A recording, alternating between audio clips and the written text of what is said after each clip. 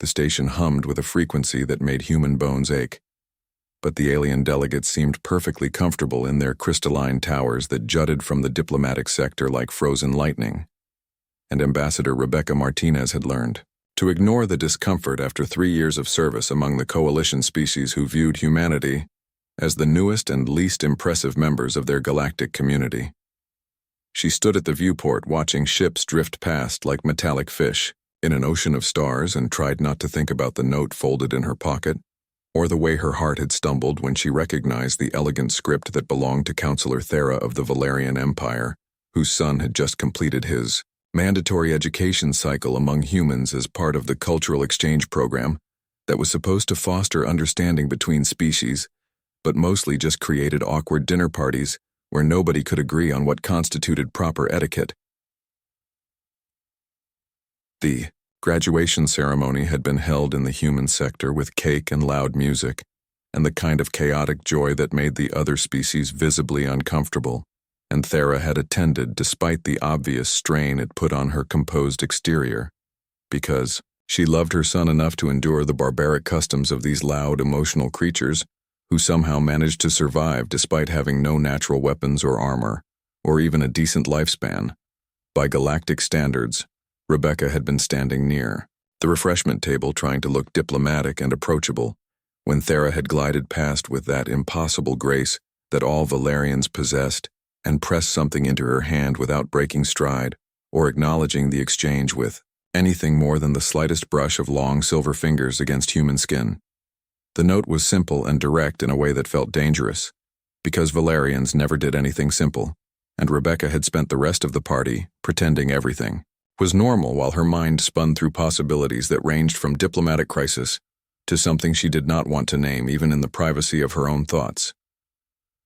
Now the party was over, and the station had shifted into its night cycle with lights dimming to a soft twilight that was supposed to help species maintain their circadian rhythms, and Rebecca found herself walking toward the Valerian quarter, even though every bit of training screamed that this was a terrible idea. The Valerian sector was all flowing architecture and bioluminescent plants that cast dancing shadows across walls that seemed to breathe with organic life, and the air smelled like ozone and something floral that human scientists had never been able to identify, and Rebecca felt like an intruder in her standard-issue uniform among beings who wore their beauty as casually as humans wore clothing. Thera's private quarters were near the heart of the sector, in a tower that twisted upward like a nautilus shell, and the door recognized Rebecca's genetic signature before she could announce herself, which meant this meeting had been planned, which meant Thera had been thinking about this, which meant Rebecca was in so much trouble.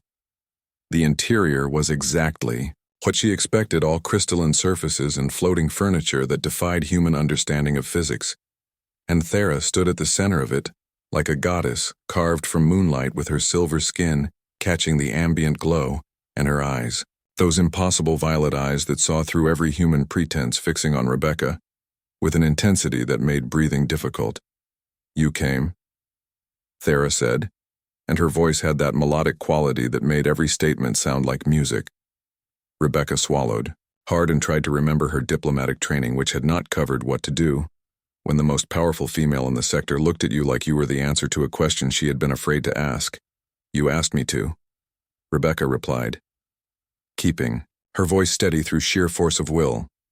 Thera moved closer with that predatory grace that reminded everyone that Valerians were apex predators on their homeworld, despite looking like they were sculpted from starlight and dreams. "I have watched you for 3 years," Thera said, and there was something raw in her voice that cracked through her usual composure like lightning through clouds. Rebecca's heart hammered against her ribs because this was not a diplomatic conversation, and she was suddenly aware of how small the distance between them had become. "Your species fascinates my people," Thera continued, and her hand lifted to trace the air near Rebecca's face without quite touching. Because Valerians did not touch casually, it was too intimate, too significant. "But you, Rebecca Martinez, you terrify me." The word hung between them heavy with meaning, and Rebecca found her voice somewhere in the chaos of her thoughts. "Why? Because you make me want things that are forbidden," Thera said, and now her hand did touch, settling against Rebecca's cheek with a coolness that sent shivers down human nerve endings. My people believe emotions are weakness, that to love is to surrender control.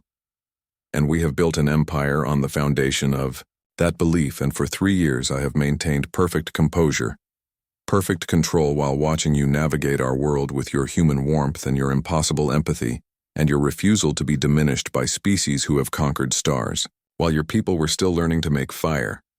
Rebecca leaned into that touch without meaning to, because some responses were too deep for training to reach. And now, Rebecca asked quietly, now my son has completed his studies and there is no diplomatic reason for me to maintain close contact with human representatives, Thera said, and her thumb brushed across Rebecca's cheekbone with devastating tenderness. Now I must return to my duties and marry the mate my council has chosen and produce heirs, to continue my bloodline and forget that a human woman made me question everything I was raised to believe about the superiority of Valerian emotional control. The words should have been a goodbye, but they sounded like a plea, and Rebecca made a decision that would probably end her career but felt like the only honest choice available. What if you didn't? Rebecca said. Thera's eyes widened, and for the first time since Rebecca had known her, the Valerian counselor looked uncertain. What if you chose something different? Rebecca continued, finding courage in Thera's vulnerability. Your people think emotions are weakness. But I've seen you with your son. I've seen the way you fight for peace in council meetings. I've seen you stand up to species that would crush smaller civilizations, and you do it all with so much passion that it radiates from you like heat from a star. Thera's hand trembled against Rebecca's face, and that small sign of lost control felt like a victory. You don't understand what you're asking, Thera whispered. I understand that life is short, Rebecca said, and smiled sadly, because humans always had to confront their mortality in ways longer-lived species did not. I understand that in 100 years I'll be dust and you'll still be young and beautiful and powerful. But right now in this moment we're both here, and both wanting the same thing, and maybe that's enough. Thera made a sound that might have been a laugh or a sob, and pulled Rebecca close with a sudden fierce need that contradicted every lesson about Valerian restraint, and kissed her with the kind of desperation that comes from denying yourself for too long. Rebecca kissed back and wrapped her arms around silver skin that felt like cool silk over steel, and let herself fall into something that was probably doomed but felt like flying. When they finally broke apart, Thera was crying, which Rebecca had never seen a Valerian do, and the tears caught the light like diamonds rolling down moonlit skin. Cannot keep you, Thera said against Rebecca's hair. Then don't keep me. Rebecca replied, just love me for however long we have. Thera pulled back enough to meet Rebecca's eyes, and something in her expression shifted from sorrow to determination. My people will condemn this, she said slowly, as if testing the weight of each word. The council will strip me of my position. My family will disown me, and the empire I have served my entire life will turn its back on me. Rebecca started to pull away to give Thera space to choose duty over desire, but Valerian hands held her firm. But you are right. Thera continued, and now she was smiling through her tears with an expression of wild joy that made her look young and dangerous. And free life is short even for my kind, and I have spent centuries being what others expected when what I wanted was standing in front of me, asking for nothing but honesty. So Rebecca Martinez, human ambassador and breaker of Valerian hearts, I choose you. I choose this burning feeling in my chest that your people call love, and I choose to believe that emotions are not weakness but the greatest strength any being can possess. Rebecca laughed and cried and kissed her again because words were insufficient for the magnitude of what was happening between them. Outside the window, stars wheeled through their eternal dance, and somewhere in the diplomatic sector, alarms would soon sound as news spread that Counselor Thera had abandoned her post for a human, and the coalition would fracture and reform around this scandal. But in this moment none of that mattered, because two beings from different worlds had found something that transcended politics and biology and the vast cold distance between stars. They had found each other, and sometimes that was enough to change everything.